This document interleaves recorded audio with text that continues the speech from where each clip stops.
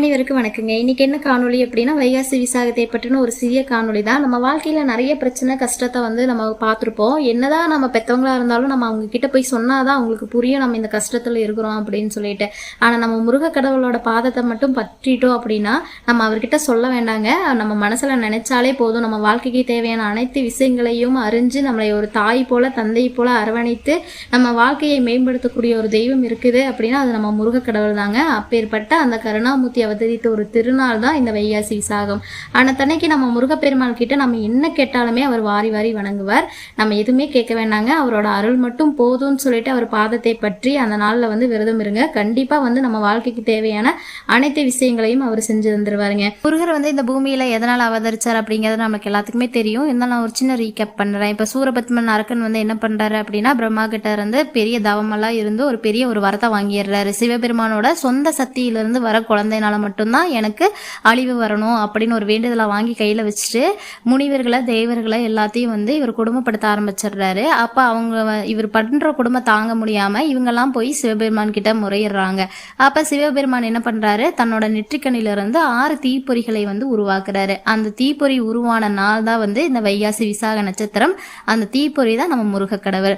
இப்ப அடுத்தது இந்த பூஜை முறைகள்லாம் என்ன, அதுக்கான நேரம் என்ன அப்படிங்கறத நம்ம பார்க்கலாம். நம்மளுக்கு வைகாசி விசாகம் எப்ப வருதுன்னா மே 30 சனிக்கிழமைங்க, 30/5/2026. ஆனா விசாக நட்சத்திரம் நம்மளுக்கு முன்னத்த நாளே ஸ்டார்ட் ஆயிரும்.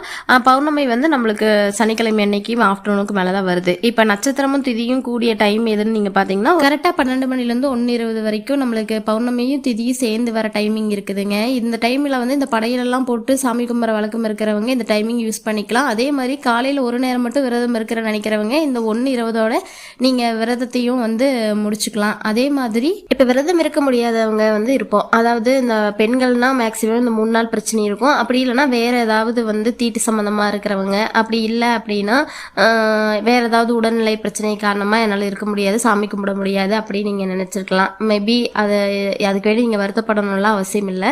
வீட்டில் வேற ஏதாவது இருந்ததாங்கன்னா நீங்க பூஜை அறையை கிளீன் பண்ணி பூவெல்லாம் வைக்க சொல்லிடுங்க. நீங்க காலையில எப்போ போல குளிச்சுட்டு முருகரை மனசார நினைச்சு ஏதோ ஒரு இடத்துல உட்காந்து அந்த இடமே உங்களுக்கு கோயிலா நீங்க நினைச்சுக்கீங்க. ஏன்னா கோயில தான் தெய்வங்கள் இருக்குதுன்னு இல்லை, எல்லா இடத்துலையும் நீக்கமர நிறைஞ்சவங்க தான் கடவுள்.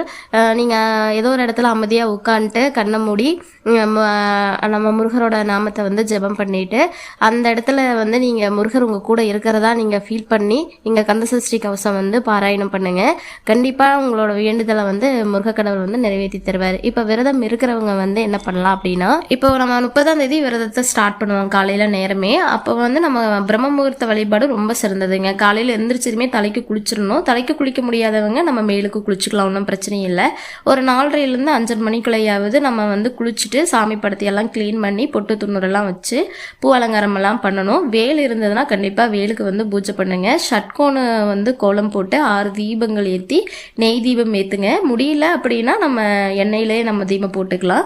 போட்டு முருகனை மனசார நினைச்சு கந்தசஷ்டி கவசம் பாடுங்க. ரொம்ப ரொம்ப ஒரு நீங்கள் மற்ற நாளையில நம்ம கந்தசஷ்டி கவசம் பாடுறதுக்கும் நம்ம முருகப்பெருமான் அவதரித்த அந்த நாளில் நம்ம ஒரு 6 தீபங்கள் ஏற்றி நம்ம கந்தசஷ்டி கவசம் நீங்கள் பாராயணம் பண்ணும்போது அதுக்கான பலன் ரொம்ப ரெட்டிப்பாக தாங்க கிடைக்கும். முழு மனதாக அதை பண்ணுங்க. எந்த சந்தேகமே வேண்டாம். நம்ம முருகப்பெருமான் கண்டிப்பாக நம்மளோட வேண்டுதலை கண்டிப்பாக அவர் நிறைவேற்றி தருவார். நெய்வேத்தியமாக சக்கரை பொங்கல் படைக்கலாம், தினையும் தென்மாவும் பண்ணலாம். அப்படி இல்லைனா ஏதாவது ஒரு இனிப்பு உங்களால் என்ன முடியுமோ அது படைக்கலாம். அந்த டைமுக்கு எதுவுமே செய்ய முடியாது அப்படின்னு திங்க் பண்ணிங்கன்னா ஒரு டம்ளர் பால் இருந்ததுன்னா அதையாவது காய்ச்சி சாமி படத்துக்கு முன்னாடி நாட்டு சக்கரை போட்டு கலந்து வைங்க. அந்த நாளில் நம்ம பண்ணுற தானம் ரொம்ப ஒரு பெரிய ஒரு மாற்றத்தை நம்ம வாழ்க்கையில் கொண்டு வருங்க. அதாவது இருக்கிறதுலையே ஒரு பெரிய தானம் என்னன்னா அன்னதானம். ஒருத்தருக்கு நம்ம வயிறு நிறைய சாப்பாடு போடுறது தான் ரொம்ப சிறந்தது.